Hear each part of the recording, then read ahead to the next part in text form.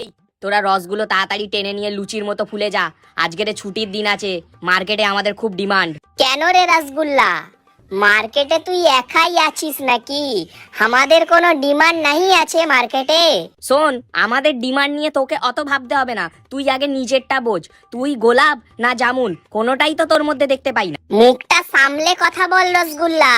তুই বেশি বকিস না, বুঝলি তো? তুই যেমন পান্তুয়াও তেমন, আর তোর সাইজটা একটু লম্বা করে দিলেই হয়ে যাবি ল্যাংচা। এই রসগোল্লা, কি বললি তুই? এটা কি বললি? একদম ওর সাথে আমাদের তুলনা করবি না।